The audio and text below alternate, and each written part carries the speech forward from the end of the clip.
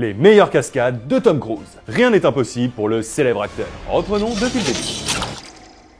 Dans le premier opus, on a eu le droit à cette scène devenue complètement cultissime. C'est peut-être pas la plus spectaculaire, mais en tout cas c'est la plus millimétrée. L'acteur aurait pu se fracasser sur le sol, c'est une vraie prouesse physique de rester dans cette position sans bouger pendant de longues secondes. Je vous le confirme, c'est compliqué. Bon, maintenant obligé de parler de la scène d'ouverture du deuxième film. Une séance d'escalade hallucinante où Tom escalade à main nue une falaise à plusieurs centaines de mètres d'altitude. Le tout filmé par un John Woo terrifié pour son acteur qui insistait pour refaire la scène encore et encore. Mais ce n'est évidemment pas la seule fois où il a défié la gravité, car dans Protocole Fantôme, il a décidé d'escalader le plus haut gratte-ciel du monde, la Burj Khalifa de Dubaï. Il nous aura offert cette scène incroyable où il virevolte dans les airs, mais aussi cette photo incroyable où le mec a l'audace d'être pieds nus, les cheveux nickel, le sourire Colgate à plus de 800 mètres de haut. Mais à partir du cinquième, c'est la roue libre totale. Dans Rogue Nation, sorti en 2015, Tom s'offre une des cascades les plus dangereuses de sa carrière et peut-être même de l'histoire du cinéma.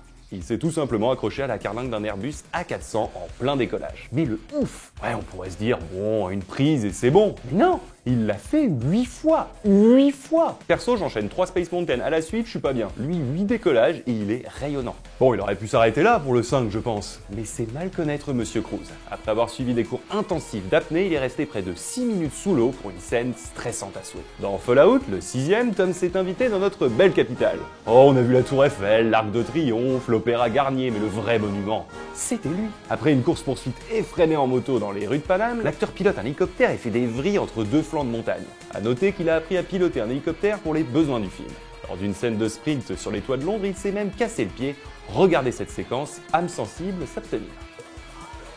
And now watch that. Watch this. Pro comme il a même réussi à finir la scène. Up he gets, and he's running. Mais la cascade la plus folle de ce 6ème et incroyable film, c'est sans hésiter son Halo Jump. Halo, ça veut dire high altitude, low open. En gros, tu sautes de très haut et tu ouvres ton parachute très bas. Et il s'est entraîné pendant plus d'1 an pour cette scène qui a nécessité 100 prises et le résultat est juste bluffant. Et dans le 7ème opus, on aurait pu se dire qu'il se serait un peu calmé, mais tellement pas!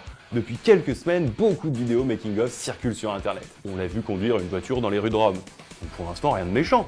Mais en plus, il conduit menotté à l'actrice Ellie Atwell à une main. C'est toujours plus. Mais la cascade dont tout le monde parle, c'est évidemment ce saut de la foi à bord de sa moto. Tourné en Norvège, Tom s'élance sur un tremplin et est propulsé dans les airs avec sa bécane et part en chute libre avant d'évidemment ouvrir son parachute. Il a fait cette cascade 8 fois dans la même journée. Je n'ai même plus les mots, ce type est fou. Et il n'est pas fou que dans les Missions Impossibles. Dans le dernier Top Gun, à bord de son avion de chasse, l'acteur nous a sûrement offert les plus belles séquences d'action de ces 10 dernières années. Dans La Momie, au cours d'une séquence de crash aérien, il a même fait une cascade dans un Airbus à zéro gravité. Et ils ont dû refaire l'exercice 64 fois. Les équipes n'en pouvaient plus à la fin. Tu m'étonnes. Mais sa plus grande performance reste sûrement cet happening avec James Corden où les deux potes arrivent sur scène lors d'une représentation du Roi Lion, tous deux habillés en Timon et Pumba.